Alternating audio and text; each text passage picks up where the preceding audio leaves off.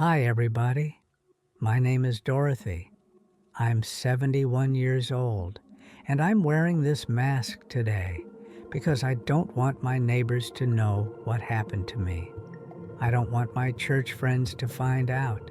I don't even want my own daughter to see my face while I tell this story. For 38 years, I worked as a school secretary. I wasn't rich, but I saved every penny I could. My husband passed away 6 years ago, and he left me with a small life insurance policy and our paid-off house. I thought I was set. I thought I'd done everything right. But one phone call changed everything. I lost almost everything I had worked for, not in a day, not even in a week. It took 3 months, 3 months of lies, manipulation, and fear. And the worst part? I helped them do it. I handed over my money willingly because I believed them.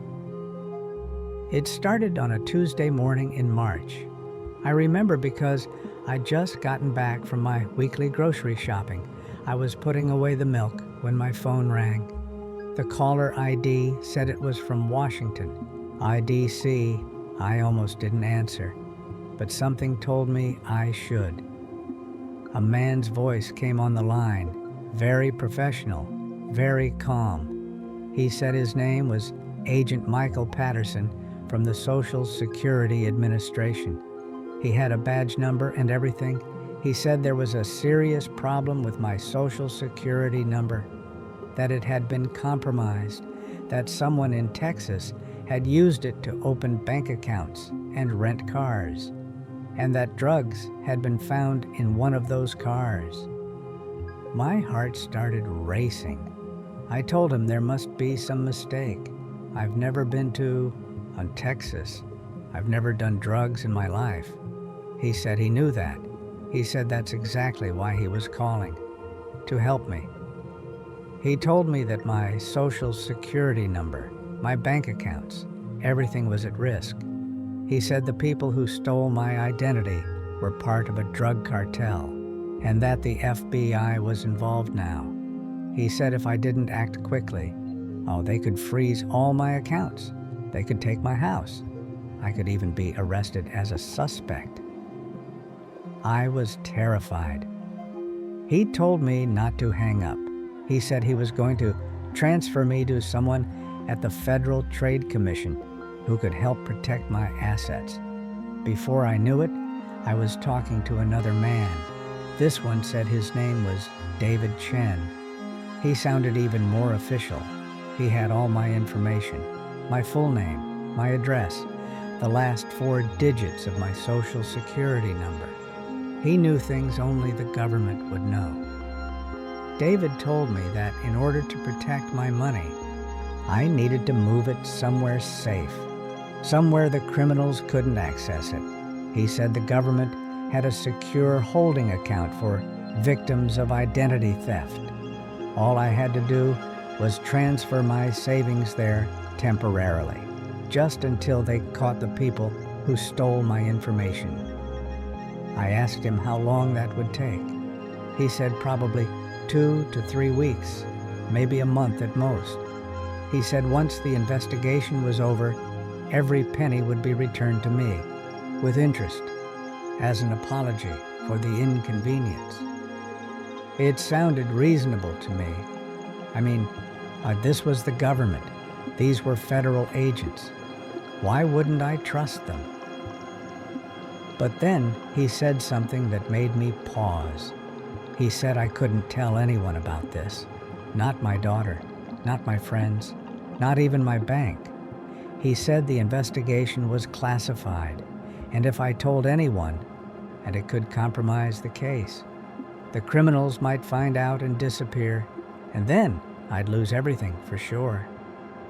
That should have been my first warning sign. But I didn't see it. I was too scared.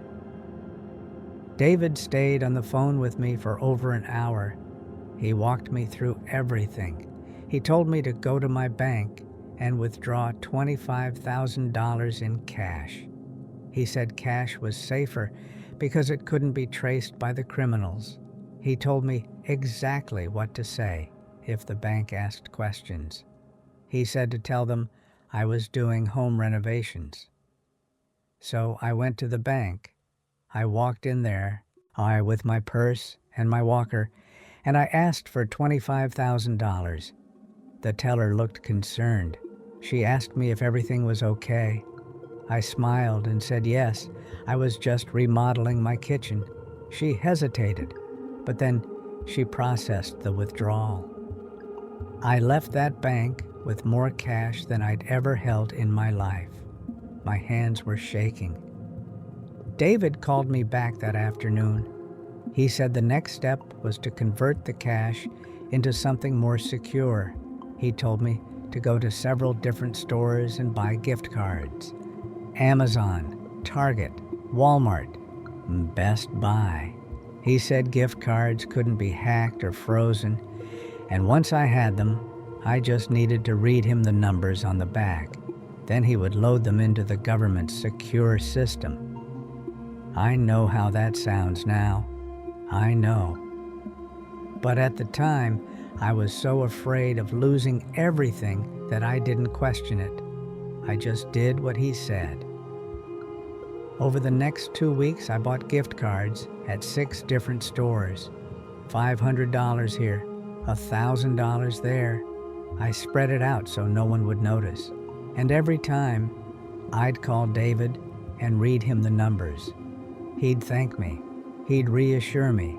He'd tell me I was doing the right thing. Then one day, he called me in a panic. He said the situation had gotten worse.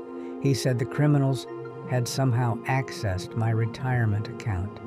And if I didn't move that money immediately, it would be gone by morning.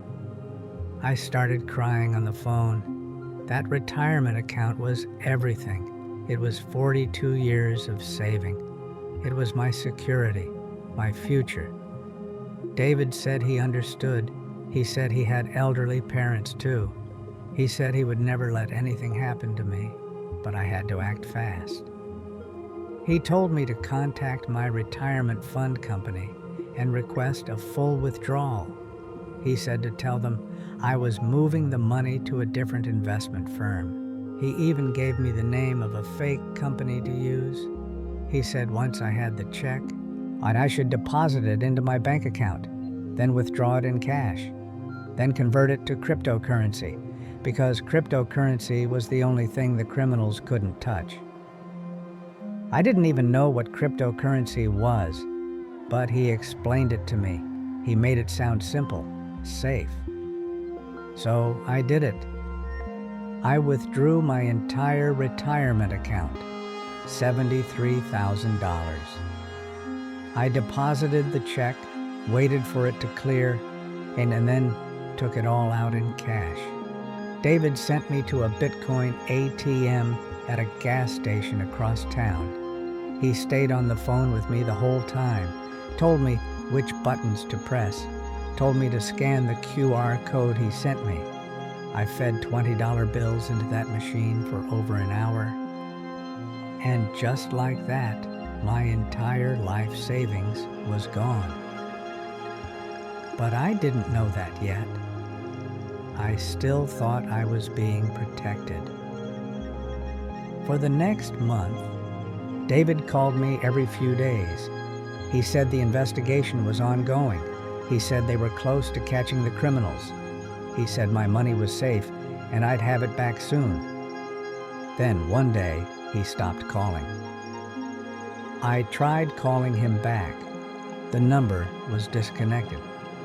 I tried calling the first man, Agent Patterson. Same thing. I started to feel sick. Something was very, very wrong. I finally told my daughter. I sat her down in my living room and I told her everything. She just stared at me.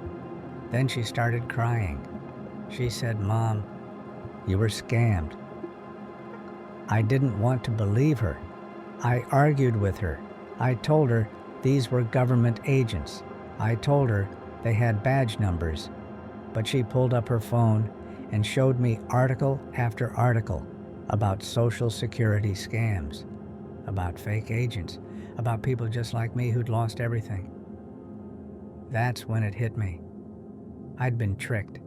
I'd given away everything I had to criminals, and there was no getting it back. We filed a police report. We contacted the FBI. We reached out to the cryptocurrency company. But everyone said, I'm the same thing. Once the money is gone, it's gone. These scammers are in other countries. They use fake names, fake numbers, fake everything. There's almost no chance of ever finding them. I lost $98,000. My entire retirement. Everything my husband and I worked for. Gone. For weeks I couldn't eat. I couldn't sleep. I was so ashamed. I felt stupid. I felt embarrassed. I didn't want to leave my house because I thought everyone would know what I'd done. But the truth is, I'm not stupid. And if you're listening to this, you're not stupid either. These scammers are professionals.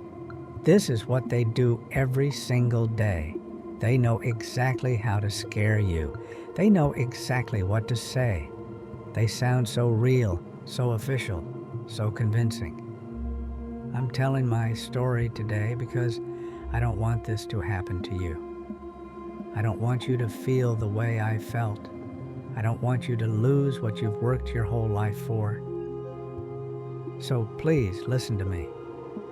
If someone calls you and says they're from the government, from Social Security, from Medicare, from the IRS, from anywhere, and they tell you your accounts are in danger, hang up. Just hang up. The real government will never call you out of the blue and demand money. They will never ask you to buy gift cards. They will never tell you to withdraw your retirement savings. And they will never, ever tell you to keep it a secret. If you get a call like that, hang up and call the official number yourself. Look it up online or in the phone book. Don't use the number they give you. Call the real agency and ask if there's really a problem. 9 times out of 10, they'll tell you it was a scam. And please, talk to someone. I know they tell you not to. I know they say it's classified or secret or confidential, but that's how they trap you. Call your kids, call a friend, call your pastor. Just talk to someone you trust before you do anything with your money. I'm 71 years old and I have to start over now. I'm looking for part-time work. I'm selling things I don't need. I'm learning to live on Social Security alone. It's hard. It's really hard. But I'm surviving.